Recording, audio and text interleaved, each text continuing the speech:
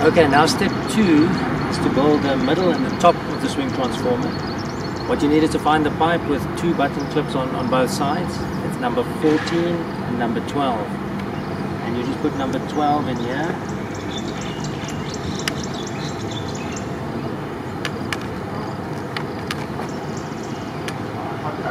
And then number 14 on this side.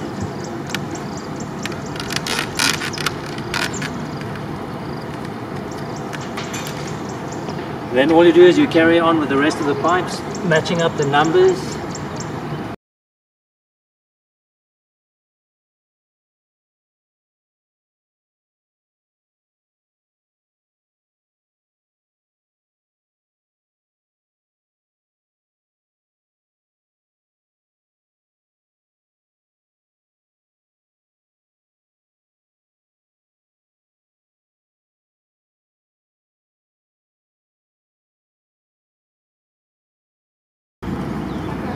And that's it, the last diagonal pipe connected there.